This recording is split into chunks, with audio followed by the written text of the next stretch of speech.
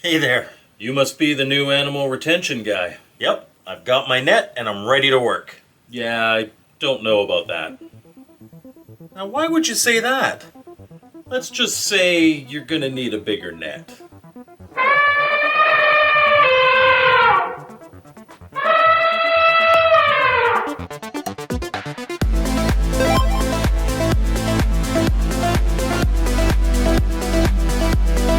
Welcome to Mike's Gaming Gala. I'm Mike, and this week we're looking at Zookeeper for the Atari 2600, published by one of our favorite companies, Champ Games.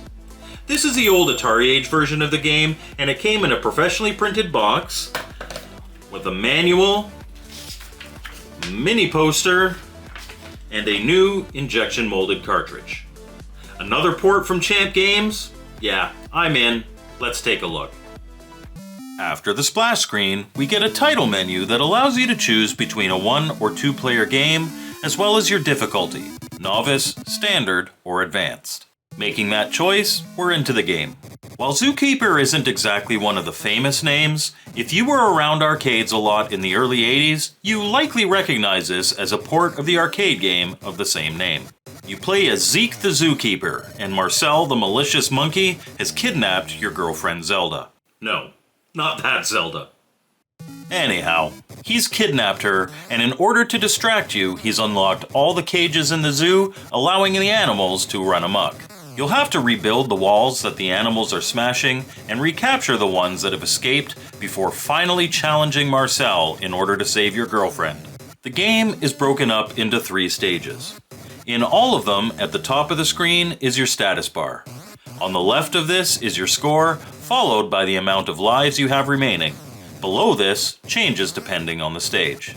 In the zoo stages, right under this status bar is a timer, which is represented by a segmented arrow that spans the screen. As the timer ticks down, it'll reach the various icons spaced throughout it. When it reaches these, that item will appear in the playfield. Most of these will just be things that you can grab for bonus points, but the real prize here is the net. In these stages, your goal is to run around the perimeter of the enclosure, avoiding being hit by the animals trying to escape.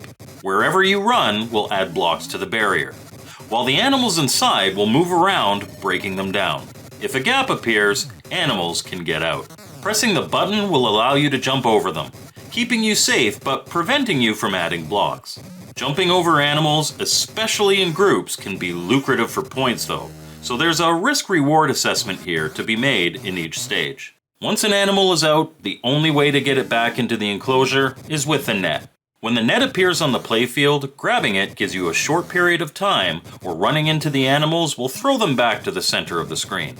At the end of each zoo stage, you'll get points based on how many animals are still in the enclosure. For the highest points, you ideally want lots of animals to be able to jump over, but time it so that you're able to get as many of them as possible back inside before the stage ends. Later levels start with less and less complete enclosures until they just don't exist, so the difficulty in these stages ramps up quickly. These stages are the meat and potatoes of Zookeeper. But there are 2 more stage types that you'll have to master if you want to get the highest score possible. Platform stages and bonus stages. Here, you have a chance to rescue your girlfriend Zelda from the fiendish Marcel. Personally, I find these to be the hardest stages. You have to navigate the moving platforms to get up to the top, kind of like Donkey Kong in a way. There are bonus items littered all over the playfield here, and they're treacherous temptations. Because if you delay at all in moving to the top, the screen quickly becomes filled with coconuts. Yep, unlike his big cousin, Marcel doesn't throw slow, deliberate barrels, but rather a slew of rapid-fire coconuts. These will bounce all over the screen, and if you hit one, you lose a life. If you manage to get up there, Zelda is rescued and you get to progress. Your first time playing though, you'll probably die here. Thankfully, after entering your high score, you get the option to continue, so death isn't the game ender it usually is. The last stage type is bonus stages. After saving Zelda from Marcel the second time, and every consecutive time after that, you get the chance to rescue her again to get an extra life. Careful though, because you can lose lives here as well. Unlike most games, the bonus stage isn't just a fun try for an extra life thing that if you fail, you move on. This stage is mandatory and your game could end here. The goal is simple: get to the top to reach Zelda. You'll start at the bottom corner of the screen. Animals will be barreling towards you, and you'll have to leap over them to stay alive. You'll also have to leap over the cages that they come from. This is easier said than done. You have to give yourself enough space and time it just right. Otherwise, you'll hit the cage and Zeke will be stunned momentarily. Getting to the top, though, you'll reunite with Zelda and get that extra life. A little pro tip for you high-score junkies out there: in Zookeeper, the more animals you jump over at a time, the more points you get. And in bonus stages, there are loads of animals constantly charging you. If you can get a good rhythm going, you can spend lots of time here just jumping and jumping to really rack up your score. I'm not great at this game, and I did this to get my highest score ever. Alright, last but not least, let's quickly talk about what you can expect at the different difficulty levels. In Novice Mode, admittedly my favorite, you start with 5 lives.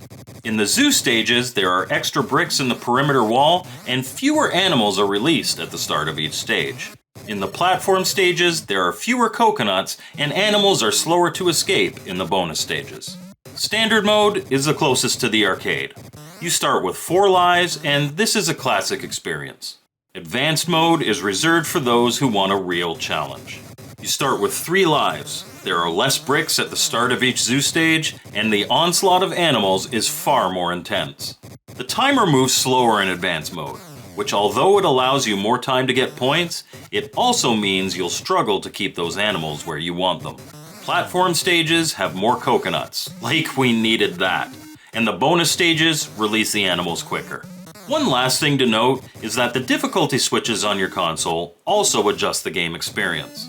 The left difficulty switch adjusts how bonus items appear in the zoo stages, as well as whether or not you have reversing platforms when battling Marcel. The right difficulty switch adjusts how the bricks appear, allowing you to reduce flicker should you want that. There are a whopping 100 levels in Zookeeper, all beatable thanks to the continue system in place. And that's Zookeeper for the Atari 2600. So what did I think? I never played this one back in the day, but if I did, I bet I would have liked it a lot. Now, I'm not great at this one yet, but like anything else that Champ Game touches, Zookeeper is a polished experience that is sure to please any Atari fan. The gameplay is fast-paced and addictive, and the continue feature is a welcome way for anyone to be able to explore everything that this title has to offer. I consider it a must-have for any 2600 homebrew collection. I loved it, and I'm willing to bet that you will as well. Thank you for watching my video. I hope you liked it, and thank you so much to my channel members. I appreciate your support so much. As always, my contact info is in the description, and we'll see you next time on Mike's Gaming Gala.